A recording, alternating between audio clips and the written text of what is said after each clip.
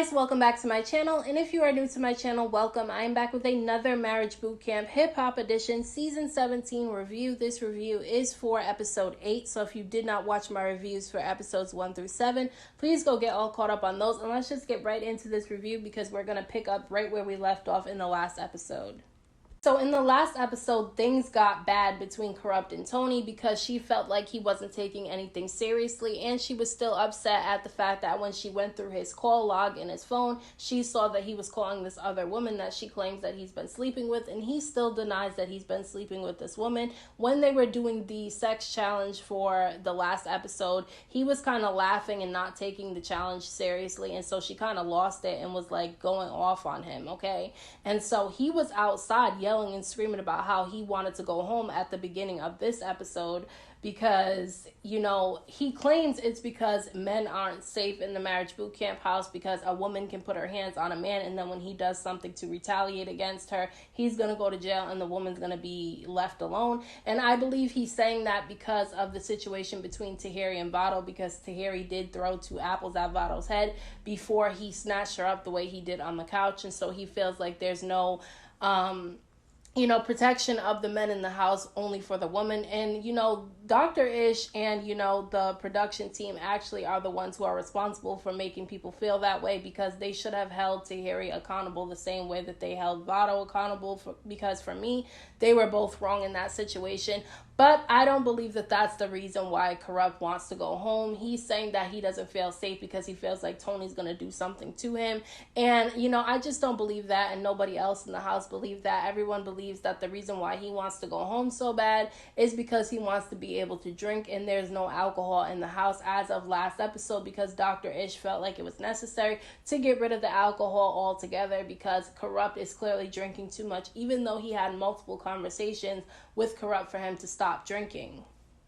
So Dr.Ish decides to send Corrupt to a hotel because he's being very disruptive. It's about 3 o'clock in the morning there, and everyone's trying to go to sleep because they have a challenge the next morning, and he's just up screaming and yelling about how he wants to leave. So they send him to a hotel for the night. Tony is basically over it. She feels like, Corrupt is never going to change, and she doesn't even understand why she's even in the marriage boot camp house anymore, because she knows that it's not helping them, because Corrupt doesn't want to change and he has to want to change for himself. And so he goes to the hotel and she stays the rest of the night at the marriage boot camp house.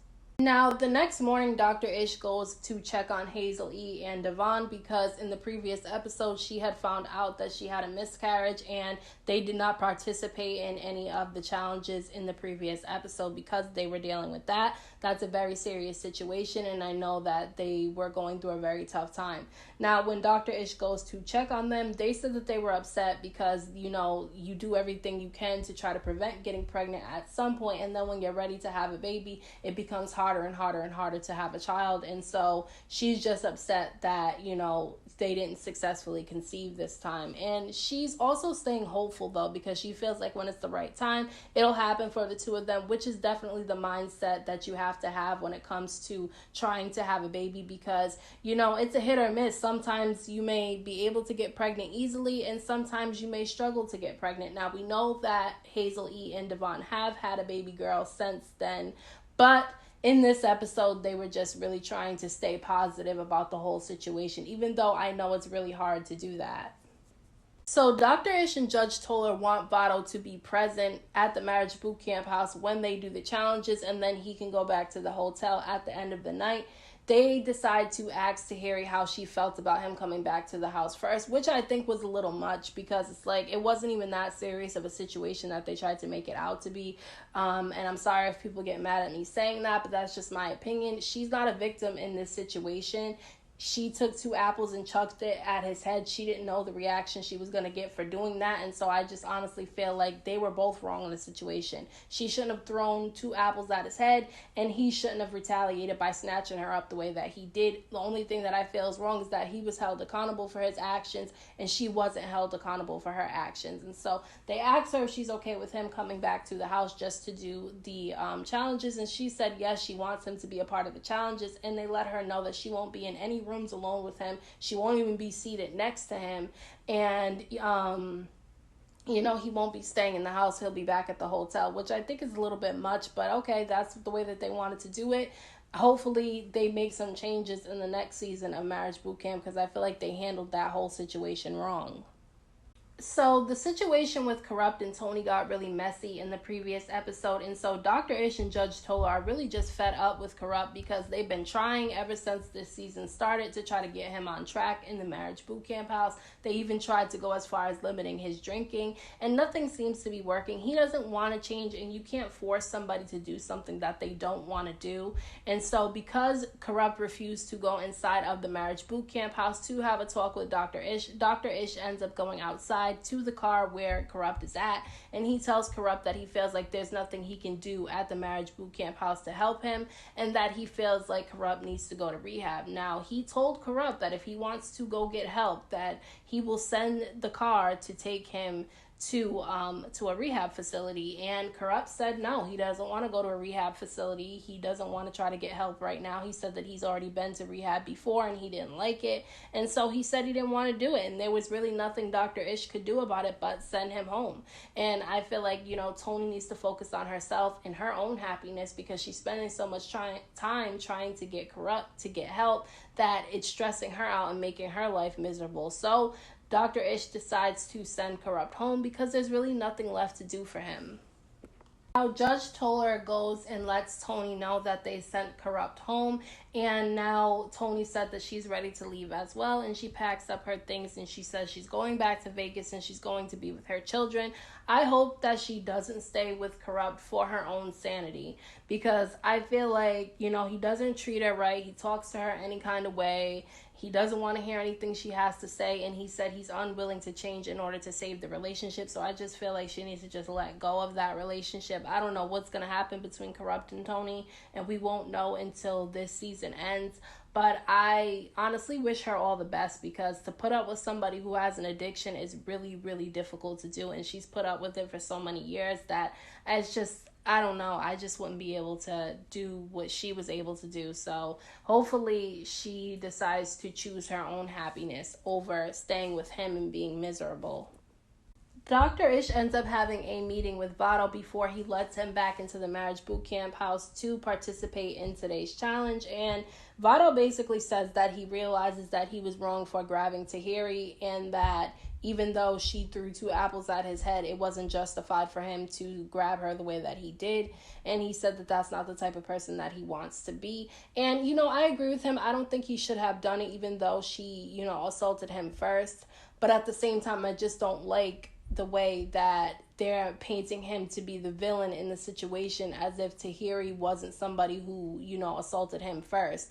I just feel like they were both wrong in the situation, and if you're only going to hold one person accountable, but you're not going to hold both people accountable, I just don't feel like they handled the situation properly. And I really do hope that for the next season, they set some ground rules for both the males and the females, that nobody can put their hands on anybody regardless of the situation. So, he did admit that he was wrong, and so I guess they're going to allow him to come back to the Marriage Boot Camp house just to participate in the challenges, and then he has to go back home because they really don't want him alone with Tahiri, because they feel like for her safety, he shouldn't be alone with her. So finally, everybody gets called into the boot camp room so that they can start this challenge. They took forever to get to the challenge because so many other things were happening at the beginning of this episode.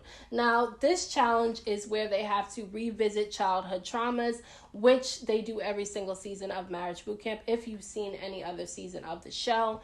And so in this particular one, they wanted everybody to illustrate two unhappy memories from their childhood. And in order for them to do this, Dr. Ish wanted the couples to be split up into two separate groups because he felt like everybody would be able to focus better if they're separated from their partner. And so he put Hazel, Medina, Shonda, and Vado into one group. And then there was Devon, Phaedra, Willie, and Tahiri in the other group. And they had to go outside and decorate these little toy cars with stickers illustrating two unhappy memories from their childhood that really sticks with them. So once everybody's finished decorating their cars, they get called to the backyard where they have little kids that are going to act out their unhappy memories and pretend to be them so that they can see, and it's kind of like an out of body experience where you're just looking at yourself as a child and see all the things that you went through and realizing how they still affect you today. So they go outside to start this challenge, and the first two people that go up is Vado and Tahiri. Now, the little girl, who's absolutely adorable, comes out and she's pretending to be Tahiri. She rides in on Tahiri's car full of memories, and basically she talks about how her dad did everything for her, and that her dad had a lot of money, but he got money the wrong way. He was selling drugs, and she thought that selling drugs and living that type of lifestyle was something normal. And then her father got locked up in jail, and now she wishes that she was able to see her dad more often and talk to him as much as she wants to. And so basically she grew up thinking that dysfunction was normal, and she got emotional when she saw the little girl acting out her childhood, because it is something that hits deep within you. A lot of us don't realize how much our childhood definitely affects how we are in the future. Now, the little boy pretends to be Vado next, and he basically says that he's upset because his stepdad got deported. And then when Dr.Ish asks the little boy where's his real dad at, he said that his real dad died, but that it's okay because his real dad was abusive to his mom. I think that they highlighted the abusive to his mom thing to try to paint it like he's being abusive to Tahiri because his dad was abusive to his mother, and that's not really the case, because to be honest with you, Tahiri said that Vado has never put his hands on her. And I know just because somebody didn't do it before doesn't mean that they're incapable of doing it, but they're kind of exaggerating the situation between Vado and Tahiri, and I just think that they're overdoing it a bit too much. So Shonda and Willie go next, and the two little children who are portraying them roll up with the little cars that they decorated. And the little girl who is portraying Shonda goes up first, and basically she says that she wanted to be just like her dad growing up. Her dad was a musician, and she wanted to be a singer as well. And she was always trying to prove to her father that she was good enough, and she feels like she married a man, Willie, who is just like her father, who she's still always trying to prove that she's good enough for. And honestly, I can understand her feeling that way, because a lot of the times that's how we want to feel good enough. We never want to feel like we're not enough for anybody, but she needs to feel like she's enough for herself. And I feel like Shonda lacks a lot of self-confidence, and I feel like she feels that she needs the validation from Willie and from, other people in order to feel like she's good enough, when she only needs herself to feel that way. And so until she gains some self-confidence, I don't see that changing at all for her. Now, Willie's ends up going next, okay, the little boy who's portraying Willie, and basically he says that he loved his grandfather, and his grandfather was always a role model to him, and that when his grandfather died, he realized that life is really short, and so he wanted to have fun and just live his life to the absolute fullest, regardless to who he hurts, which he's hurting Shonda in the process of doing that. And he also said that he was robbed at gunpoint, I think 3 times before, so he really just feels like life can end at any point in time, which it can. And so he just wants to enjoy his life as much as he can. So if he's not being happy at home with Shonda, he's going to go out and find happiness somewhere else. That's not really the way to go about it, though, because it's just hurting other people in the process. And so that's definitely something that Willie and Shonda need to work on.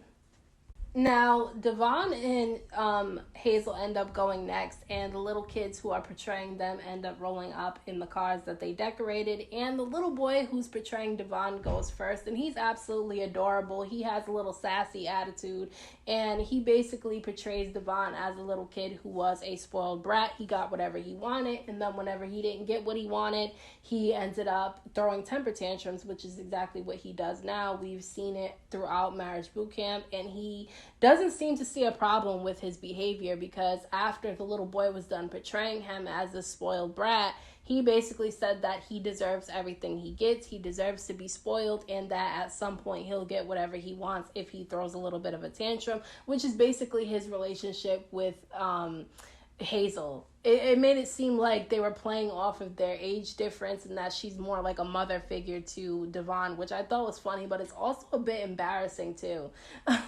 So, and I don't think that Devon really got the point of the challenge, because he really didn't feel anything. He just felt like, he's the same way he was as a child, and he doesn't see anything wrong with his behavior, so he won't be changing anytime soon. Now, the little girl who portrays Hazel E comes in with a bandage on her nose, because Hazel said that her her mom was in abusive relationships, and whenever she would try to help her mom, when the men were abusing her, they would beat her too, and one of the guys broke her nose. And so she said that she never wanted to be like her mother. She never wanted to be in those abusive types of relationships, and she sees men the same way back then as she sees them now, which you can see that with Hazel. But I think it's good, though, that she doesn't want to be, like her mom in abusive relationships. So I don't really think that there's anything wrong with her having that type of mindset. But I do think that she needs to work on her relationship with Devon, because it is embarrassing that they're portraying it like a mother and son type of relationship on the show. Now, Medina's story to me was the most traumatic out of everybody else's, and that's not to diminish anybody else's story, but he said that his mom was a schizophrenic and that they were going in and out of abandoned places, staying in abandoned places. And that one time he went to the mall with his mom and his younger brother, and she tried to sell his brother. That is a very traumatic experience, and he said that, his mom got taken away because of her mental illness, and that he took care of his younger brother and himself, and so he goes out of his way to be perfect and try to be as patient with people as possible, which is definitely something we can see in Medina to this day. I think it's amazing that he turned out to be a really great person dealing with the type of things he had to deal with growing up and seeing those type of things, because I can imagine how horrible and how much that could affect a child at a young age, and how much you take that with you as you become an adult. Now, Phaedra's story was about racism that she dealt with in the South. She said that she had family members who were white passing or very light-skinned, and she's dark-skinned, so whenever she would go out with any of her light-skinned family members, people would call her racist names. And so she always felt like being different was a bad thing, and so she always had high standards for herself, and she goes out of her way to be the perfect Southern belle, which is exactly the way that you would describe Phaedra, and I can understand how those experiences would mold her into the person she is today, although I don't see her having high standards for herself as a bad thing. Now, Hazel kind of got on my nerves at the end of this episode, because she was in her interview and she was throwing a lot of shade Shonda's way. She was saying that a lot of people over-exaggerated their childhood traumas, and she named Shonda specifically, saying that it wasn't a big deal of her trying to get her father's approval and stuff. And I don't think that that was right for, Hazel to diminish Shonda's story like that, even though it may not be as traumatic of an experience as hers, because she dealt with her mom being in abusive relationships and she was abused by those men as well. I don't think it's right to diminish somebody else's story. You can't tell how somebody else's experiences affected them. And so I just thought that that was, tasteless of Hazel to do. So at the very end of this episode, Judge Toller comes out to give her evaluations to the couples, but before she decides to give any evaluations, she calls Vado up to have a discussion with the rest of the couples. And Tahiri was saying in her interview that it better be an apology from Vado, which I feel like if Vado has to apologize to Tahiri, she needs to apologize to him as well, because in my eyes, she's not a victim in the situation, and she's just as guilty as he is, and so I feel like she should have to give an apology as well. But the episode cut there, so let me know what you guys thought about this episode down in the comment section. Don't forget to hit that thumbs up button for me. I appreciate it. Don't forget to subscribe to my channel for more videos and hit the notification bell so that you are notified whenever I upload a new video. And thank you to all my subscribers for the support. I appreciate you all. And until next time, I will see you in my next video.